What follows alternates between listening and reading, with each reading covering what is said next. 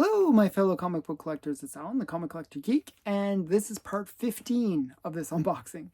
This is probably one of the biggest unboxings that I've ever done. Just so many parts. Like, normally, a big unboxing, when I do these things where I do what's called a Stackry unboxing, um, basically I consolidate books. Like, I send all my books to this one company in the US called Stackry.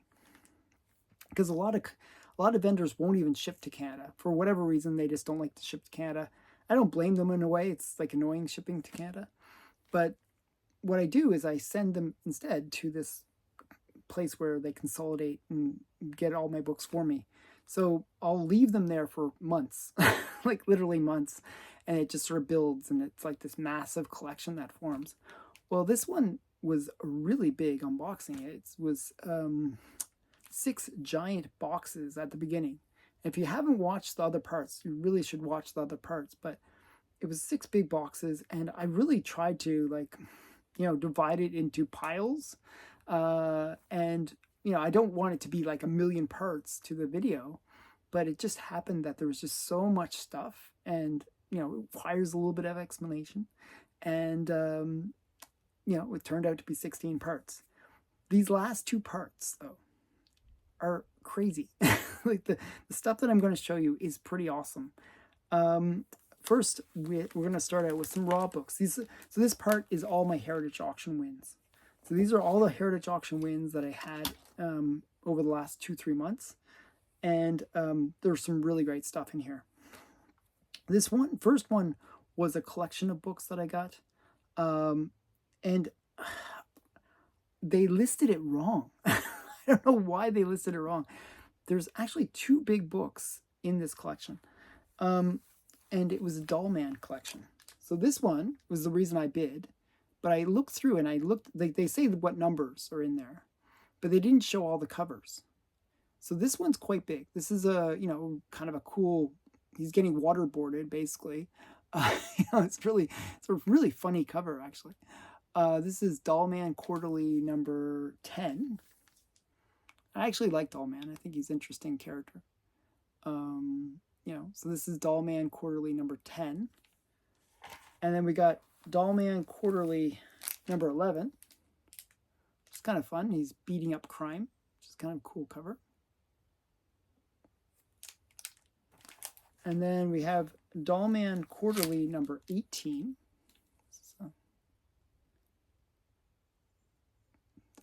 It's somewhat scary, actually.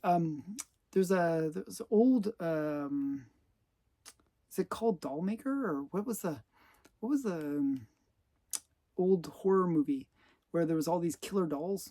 Maybe it was Killer Dolls. But basically, it reminds me. There was one where they had like little weapons and stuff. This kind of reminds me of that, strangely. So this is Doll Man number 18. So that first one that I showed was one of the more desired ones. The 2 middle ones, not really big deals. But this last one is actually kind of a key book for Doll Man. It's Doll Man number 42. And it's just this really cool, has almost like that pre-code horror cover style to it. With this weird Goliath-y kind of character. The Eerie Tale of Wind Monster. So just a really cool one. Now, actually, if you do the kind of perspective thing, Dollman's tiny. This monster wouldn't be that big, if you think about it. So yeah, but he should be really here, and then you'd say, oh, it's a big monster. But okay, but that's beside the point. But it's just, I really like this cover. I always thought this was a cool book. So when I saw 2 of my favorite Doll Man covers in the same auction, there was another one that I really like. There's a one where it's a Headless Horseman cover. But this one and that other one are some of my favorite Doll Man covers. So I really like this one. I just thought it was a really cool cover.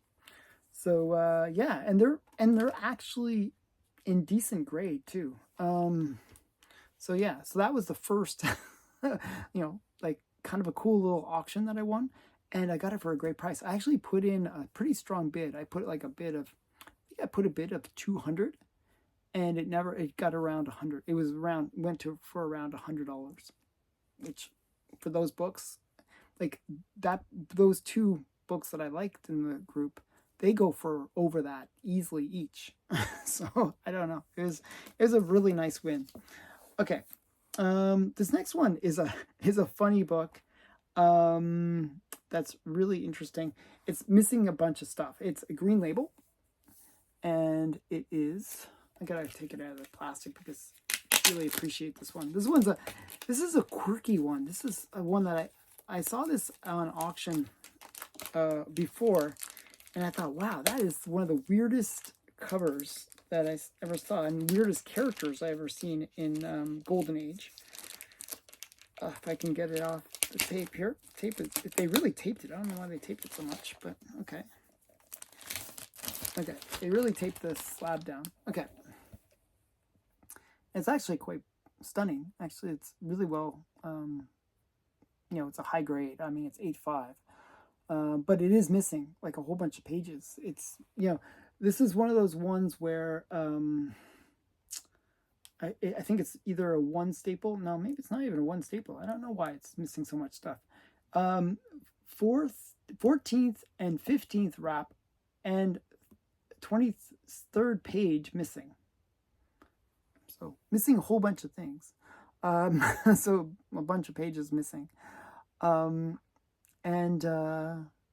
it's a Joe Musel cover. Now, the thing that is interesting about it is a couple things. Well, there's this weird chicken man cover, or like he looks like almost like a rooster, I guess. Just a really weird looking character. And then you got these guys in the plains are actually kind of weird too. Look, like they're literally like sitting on the plane, like where they're outside of the plane even. It's just such a crazy cover. And look, I like the way the future is done too, where the F is tilted. It's just like really interesting things. This is just, so this title, actually there was an auction where they had all the issues. This is issue number 2. I think there's 4 issues in total. And they're just all these weird chicken man covers. It's just, Rooster Man, I guess. So yeah, I thought it was really interesting. So I always wanted to pick up one copy. And this was, because it is green label, it was actually very affordable. And I kind of mind that it's missing stuff. I really do. But I actually really like the presentation of it. Since it's slabbed, it's really all about the cover in this case. How well does the cover present? And it does really present really nicely. It's like such a high grade copy. And this is not an easy book to get. It's quite rare. So yeah, I was quite happy with it. And it's a white pager. The few pages that are remaining, they're all white at least. Well, that's good. This next one is another one that I've always liked. And usually I see it and it's kind of overpriced. I'm buying this because I like the cover. And I'm not sure why I like the cover. It just speaks to me. I always thought this was an interesting looking cover. I just got to pull off all the tape here. And I don't know why they put so much tape. They usually just put one piece of tape. This one they put like a whole bunch of tape. I don't know, like 6 pieces of tape. Why did you put so much tape? Okay. Okay, so let me get this one out. And actually, I had a different issue from the same title on one of my hot lists recently. But this is Blazing Comics number 4. And this is the turtle. And I always thought this was just such an interesting cover. Something about it, just this turtle guy and with the turtle emblem. I just think it's really interesting. And this is the turtle down here, and he's like choking out this bad guy. Just really interesting book. This is from Rural Home, and it's from 1945. Just a really interesting cover. I don't know, something about it spoke to me. I just really liked it, and it's a reasonable grade too. I actually picked this up for a reasonable price too. So, you know, I didn't go crazy on these ones. Like, these are wins where I was bidding based on, you know, if I win it for this price, would be happy. You know what I mean? Like, it's not like where I'm like going crazy on it. Actually, the Doll Man collection was more expensive than I thought. It was $200. And I bid up to 3. That's what it was. Okay, so this, and I'll tell you, I actually want to look it up. I'm going to say how much this one was. This one was $180. That's a pretty good price for this book. So I think it was a great price. So yeah. Okay. And this next one, if you watched one of my earlier videos, this one kind of was the thing that inspired me to go down a crazy rabbit hole. But this was when I didn't realize when I bought this what it was, but it's not what I thought it was. Okay, this is Crack Comics number 15, and this is the first appearance of Spitfire. Now, I thought this was the Spitfire that was a female spy. It's not. It's some other Spitfire. But it is a first appearance. And it made me try to find out where the actual Spitfire that I was looking for made their first appearance. And actually showed that comic in a previous episode of this unboxing series. So watch one of the previous episodes and you'll see the first appearance of the right Spitfire. But this is at least still a first appearance. And this one cost me $170. Wow, this one was expensive. So yeah, I kind of overbid on it, I think. But it's still not a bad price, actually. It's a little rough. It's got some water standing up there. But the rest, it presents well. It is a Gil Fox cover, too. Oh, that's nice. Gil Fox, he did Torchy. He worked on Torchy as well. So Gil Fox, great artist. Quality Comics, 1941. So yeah. And this next one is a cool one too. One sec here. This one was actually cheap. This one was $100. Wow, they put so much tape though. Why did they put so much tape? One sec here. I gotta get all this tape off. I've been sort of on this quest to get all the Good Girl art covers from this title. And the title is Blue Beetle. So this is Blue Beetle number 59 from 1950. And this is from Fox Features Syndicate. It's probably not one of the better Good Girl art covers, but it's still a good one. It's just, there's some really great Good Girl art covers from Blue Beetle.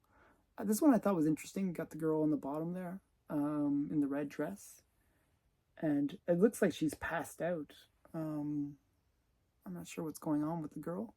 And I think he's rescuing her with carrying this big log or whatever it was that was maybe squishing her. So just a really cool book. Not very expensive. And, it's low grade, obviously. But presents really, really well, actually. Some way, I'm kind of wondering why it's such maybe the back is a little bit dirty. Could be maybe detached cover. Does it say? Yeah, cover detached. That was my guess. The only way that it would get that kind of low grade. So cover detached. But it presents really, really well. Okay. Okay, the next 3 books after this one, all huge. All big books. I didn't realize there was so much tape on these stuff. It drives me nuts. They put too much tape. This next one, not such a big book, but it is a cool book. And I learned something about it just recently, believe it or not.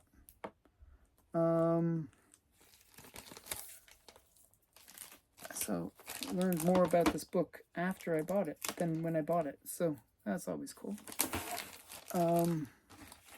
This next one is Manhunt. Another really great title in terms of cool covers. And this girl is featured on all of them, or most of them, I think. Always something brutal is happening to her, actually. And I didn't know who she was. And the girl is the same girl from Undercover. Um, what's it? The what's it called? Undercover Girl. Undercover Girl. Yeah. So same character. So she originally appeared in Manhunt, and then later they gave her own title, which was Undercover Girl. So text story by Gardner Fox. This is Magazine Enterprises 1948, and it's a Paul Parker cover. And inside, actually, it has some really great artists inside. It has Fred Gardenier and Ogden Whitney and L.B. Cole art inside. So that's pretty cool. So Manhunt number 9. So that's a pretty cool book. Now, these next 3 books are all huge. These are really big books. I would almost say that they're kind of grail books. This next one is one of the major pre-code horror comics. And it's one that was actually on my want list. I'm not sure. Was it on my top 10 want list? Maybe. Definitely one that I really like. I feel like this is a Valentine's Day book, actually. It's a pre-code horror cover. And it's Weird Tales from the Future. Weird Tales of the Future. I always mess that up. Weird Tales of the Future number 8. And the reason I say it's a Valentine's Day book is just he's got his heart out for you. So his heart's right there, and it's like literally ripped right out of his chest. It's just a really cool cover. I think it's Bernard Bailey that did Bernard Bailey did the cover, and it's just a classic horror cover. Last issue. This is the last in the title. And this book has been plaguing me in terms of trying to get it. Every time people want crazy prices. I paid as much for this one as somebody wanted for a 1.0. It was just crazy how much people, always an expensive book. Like over $1,000 kind of dollar book. Just a really pricey book. So yeah, just a big book. Really cool pre-code horror cover. One of the more creepy or over-the-top pre-code horror covers with this guy's heart literally being ripped out of his chest. Even has skulls up top as well. So that's always cool. So just a really cool book. Yeah. I was pretty excited. I've been trying to get this one for a while. I really like that title. Okay. Another book that I've been trying to get for a while is this next one. Oh man, they really went all out on the tape this time.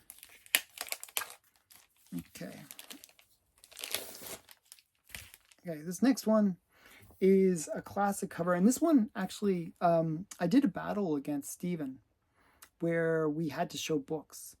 And one of the things was show Nuclear Winter, okay? And I showed the first appearance of Killer Frost, okay? Which is a great cover because he's like Nuclear Man, Flame Dude. What's the guy's name? Blanking on the guy's name. But Killer Frost is kissing him. And, so you got Nuclear Guy and she's freezing him. So it's like Nuclear Winter. I thought it was a great choice of books. Steven, when we were competing to show who could do the best Nuclear Winter cover, he showed this book. And this is World War III. And it's just a classic nuclear bomb cover. Where literally the White House is getting blown up. Not the White House, but is that the White House? No, it's not the White House. It's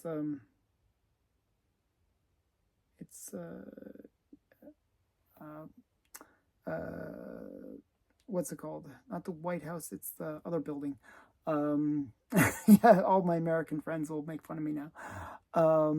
But yeah, it's the U.S. government basically getting blown up. So atomic bomb cover, U.S. Capitol building. That's what I was trying to get at. Destruction cover, and it's a Lou Cameron art. Ace Periodicals 1953. So it's U.S. Capitol building. I know I'm an idiot. I was just blanking on it. I was like going through my buildings. in my head. That's the way I work. So yeah, so U.S. Capitol building gets blown up here. So just a really cool book, cool cover. Probably one of the, maybe the, I would say #1 nuclear bomb cover, and you can debate me in the comments below. I mean, you got this massive mushroom cloud. You got it right on top of the Capitol. I mean, it's just, what more can you ask for in a nuclear bomb when all these people obviously running around being scared? Yeah, and then on the back it's like weight reducing things, slimming stuff. But just a classic nuclear bomb cover. And this one has always been a really hard book to get, just because people want the Earth, Moon, and the Sun for it. So yeah. Now, that was a big book. The previous one was a big book. This next one is even bigger, and I got it for about half fair market value, actually. I was shocked that, like, I put in a lowball bid. I really didn't expect to win, because I've been wanting this book for a while, but every time it's like usually just really out of my price range, I have to say. Even this is still expensive, even at half. I paid $1,200 for this book. And normally it goes for about, I would say, normally it goes for about $1,000 a point. Usually goes for about $1,000 a point. And it's a 2.5, and it's actually not a pedigree, but it's what is it? The Henry Morrison collection. Whoever Henry Morrison is. But this is the Black Knight, #1. And this is the first appearance of Marvel's Black Knight. And, you know, when the whole Eternals thing was going on, and, you know, it looked like they were going to bring the Black Knight into Marvel. And even they hinted at the Black Knight in one of the Spider-Man movies. I think the one with Mysterio. Spider-Man No Way Home, I think it was. Where there was a sword or something. There was like hints that the Black Knight was coming. And yeah, so Black Knight, kind of a cool character. And I've been wanting to get this book for a while. And at one point, this book was like a $2,000 a point book. And I was like, not going to happen. But just a really cool book. This is early code. This is like 1955, I believe. Yeah, 1955.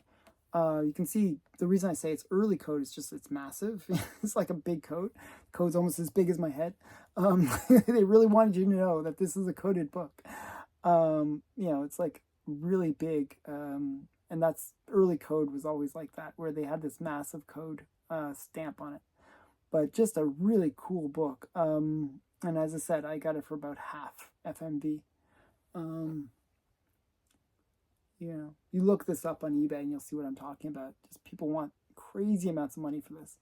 I was really excited to win this one. This one is one that I've been wanting for a long time.